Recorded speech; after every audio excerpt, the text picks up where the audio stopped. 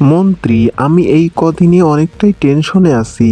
রাজ্যের মানুষের কথা শুনে আর পাচ্ছি না। আমার বাবার জন্য অনেকটাই সমস্যা হচ্ছে। আমার কিছুই ভালো লাগতেছে না। কি করা যায় মন্ত্রী, তুমি কিছু বলো। আমি আর কি বলবো মহারাজ, আপনার বাবা তো অনেকটাই খারাপ। আপনার সিংহাসন থেকে নামিয়ে দেবে বলে অনেকটাই চেষ্টা করতেছে। থামো মন্ত্রী, আমার কথা ভালো লাগছে না। দেখছি কি করা যায়, পরে ভেবে দেখব। এরপর পরের দিন সকালে মহারাজ কৃষ্ণচন্দ্র ঘোরাঘুরি করছিল।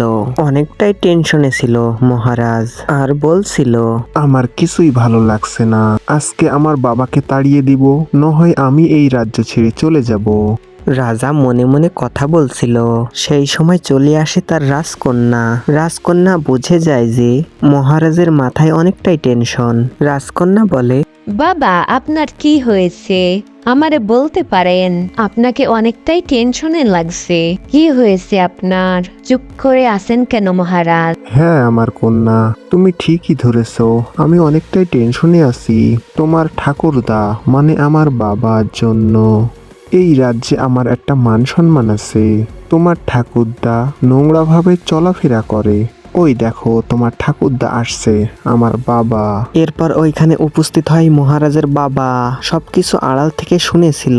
তিনি কষ্টের গলায় বলতে থাকে, ঠিক আছে, তুমি যেটা চাইছো সেটাই হবে কৃষ্ণচন্দ্র। আমি এখনই আমার এই রাজ্য ছেড়ে আমি চলে যাচ্ছি, আর কোনোদিন ফিরে আসবো না এই রাজ্যে। তুমি ভালো থেকো কৃষ্ণচন্দ্র। আম্মু, তুমিও ভালো থেকো। আমি চলে গেলাম, আমার এই দুনিয়াতে কেউ নাই। বাবা, এটা তুমি কি করলে? ঠাকুরদাকে আটকাও এখনই। ঠাকুরদা তো চলে যাচ্ছে। বাবা, আপনি কিছুই বলছেন না কেন? মারে, আমি এখন কি বলতে পারি? তার ইচ্ছা, সে বাড়ি থেকে চলে গেছে। রাজ্যটা দেখবা এবার সুখের হবে। দেখবা কেউ আর জ্বালাতন করবে না। আমার বাবাটা অনেকটাই অহংকারী মানুষ। আমার আর কিছুই ভালো লাগে না। এরপর মহারাজ কৃষ্ণচন্দ্রের বাবা জঙ্গলের উদ্দেশ্যে হাঁটতে থাকে এবং আপন মনে কথা বলতে থাকে। একটু আগে যেতে না যেতেই একটা জিনিস চোখে পড়ে। জঙ্গলের মাঝখানে একটা ঘোড়া দাঁড়িয়ে আছে। ঘোড়ার পিঠে দুটো ডানা আছে। তিনি তো দেখে অবাক। কাছে যেতে লাগলো তিনি। আরে, এটা কত সুন্দর ঘোড়া! আমার জীবনে আমি জীবনেও দেখিনি এইরকম ঘোড়া। ওই ঘোড়া, তোমার নাম কি? আর তোমার বাড়ি কোথায়? তুমি থাকো কোথায় এখন? তুমি আমার সাথে থাকবে? তুমি আমার সাথে কি বলছো? মনে হয় হাতে তালি দিতে বলছে। আচ্ছা ঠিক আছে, আমি তালি দিচ্ছি। তুমি নাচবে তাই না? যেই তালি দিল, ঘোড়াটা মানুষ হয়ে গেল। বুড়ো লোকটা তো দেখে অবাক হয়ে গেল। আরে কে তুমি?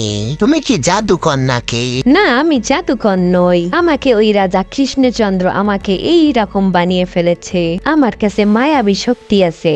দেখেছো, তুমি সাথে সাথে রাজা হয়ে গেছো।